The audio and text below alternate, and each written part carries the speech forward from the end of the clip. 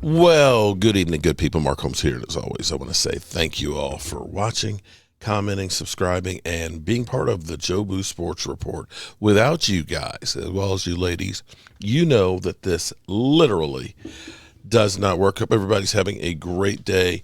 It's an interesting one, to say the least. I have to say the Dallas Cowboys are back. They are back, bitches. They are back. Because here's the thing. Here's where it's crazy, because you know how I start my morning shows. You know, I get up, I have my coffee and everything else, and, you know, I get some clips from the talking heads. The last few months after, you know, December and January, it was hard to find them talking about the Dallas Cowboys. Literally, they're talking about everybody but the Dallas Cowboys. And it was bad for business. I'll be honest, it was bad for business for everybody. When the Cowboys are relevant, it gives plenty of fodder for the talking heads to talk about the Cowboys and to trash them. And that's where we are right now. Everybody is now on the back to trashing the Dallas Cowboys, trying to tell you they stink, that they stink. They smell like some bad booty. That's when you know the Cowboys are making inroads. That's when you know they're a threat again. That's when everybody's happy, because they're there to trash and talk about the Cowboys. Like Jimmy Johnson said, you know, I want to thank the millions and millions of supporters for the Dallas Cowboys and the millions and millions of ones that hate us. And that's what I'm talking about. So we've got Vegas having the over and under. And if you don't know what that is, will they win more games or less games? The over and under is 7.5. Now, mind you, they did win 7 games last year. 7 games. So you have to think you got Dak Prescott back. Is going to make you bet. Oh, I forgot. Dak Prescott, he's not even a top 15 quarterback according to Pro Football Focus. And then you got Dan, you're lousy, who's telling you that the Cowboys, specifically, Micah Parsons is too light in the ass. And they won't be able to stop the run. You got the haters out there saying that Brian Schottenheimer fell off the salad truck, but guys like Ben Johnson, you know, because they were the hot coordinator, that they didn't get all the experience that Schottenheimer did, that he's going to suck. Well, we're here taking shoddy shots, we're drinking shotties, and we're listening to Get Up asking, will George Pickens make the Dallas Cowboys better? Bro, he ain't going to make them any worse. Let's go to the tape. Last year. Are you convinced they're going to go over 8.5 wins? I'm not. I can understand why people are excited about Mike Vrabel and what they saw from Drake May in the second half of last season. 9 wins. But what I understand is the Cowboys, they won 7 games last year and played a lot of it without their quarterback. Lewis, are you convinced they go over the total of 7.5? Yeah, I do believe that. I do believe that. And one of the reasons why I really believe that is, forget the wide receiver positions in addition to George Pickens and going along with C.D. Lamb. And obviously Dak coming back is important.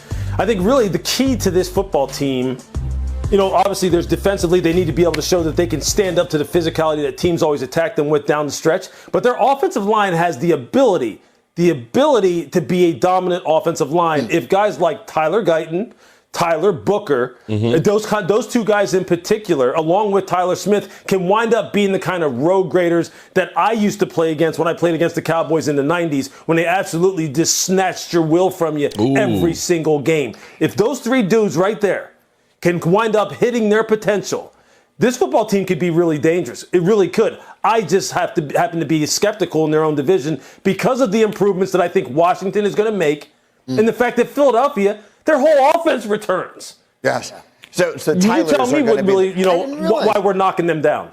I didn't realize how many guys on the Dallas offensive line were named Tyler. Yeah, they got a lot of high draft picks named Tyler who play offensive line. But it is a fella named George that has got a lot of people talking right now. Dak Prescott, the quarterback, talking about the challenge of keeping George Pickens and C.D. Lamb satisfied with their targets each week. Here's what he said.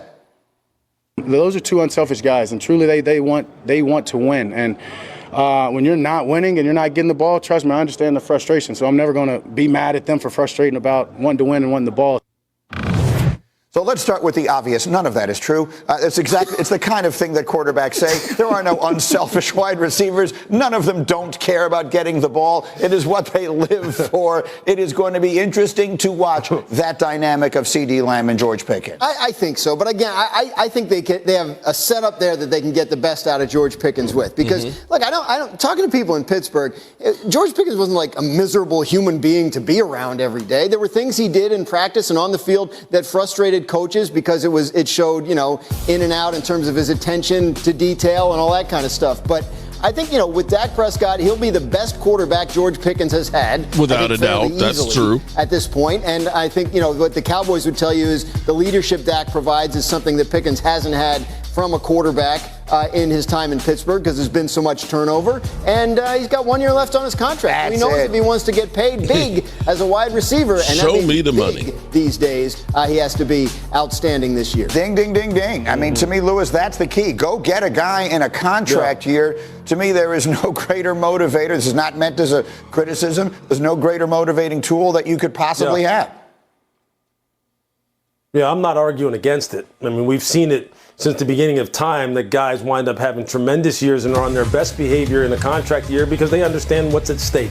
And I've also been on the other side of it from a front office perspective where you're sitting there and you're knowing, what this guy is doing everything he's doing because he knows that he wants to get paid.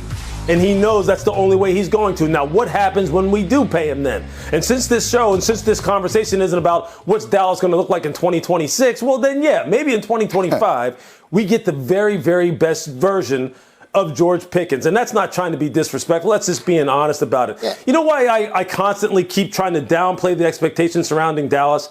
Is because of what everyone else in the division still has at their disposal. In particular, Washington. And the improvements that they're making. And let's not forget about Jaden Daniels. Let's not forget that this guy is the caliber of player that really is getting the kind of talk surrounding him that Patrick Mahomes got when he was a rookie, when he had his first year starting. He's having that kind of impact on this football team, and we can't discount that. We just can't. In Philadelphia, I would really caution people to all of a sudden start writing off Philadelphia because of some of the things that they've lost. I would really caution against that. I thought this was talking about the and there's no reason to write off Philadelphia except the 21 years of history that says they can't win the division 2 years in a row. Ooh. But other than that, they should be a very good team. The Washington Commanders, very good team. But again, Pickens, by the way, George Pickens, I want to make the point, he's 24 years old. Yeah. Like not he's a finished product. There still could be learning and maturing to be done there. But Dallas, I think, getting Dak Prescott back, he missed half of the season, and they still won 7 games. He makes a huge, huge difference for that team. Can't believe I'm saying this, but we're not paying enough attention to the Cowboys as we continue. Oh, shit. Did he just say we're not paying enough attention to the Cowboys? Okay. You know what? I hope that they continue to shit on the Dallas Cowboys. I love when they shit on the Dallas Cowboys because, I like it when nobody's expecting you to do anything, that we're nothing to fear. It's just the Cowboys. It's a bye week for us. Yeah. And then they come in and they take your lunch money. They kick your teeth in. They beat that behind. At least that's what I'm hoping that they do. Alrighty, good people. As always, you know how we roll. I've eaten a lot of raccoon. Yes. The answer is yes. And I've eaten it hunting. I've actually had it served by my mom at the table away from hunting. And I have eaten raccoon. And yes, it's not uncommon at all. I'll tell you something that is one of my favorites is squirrel.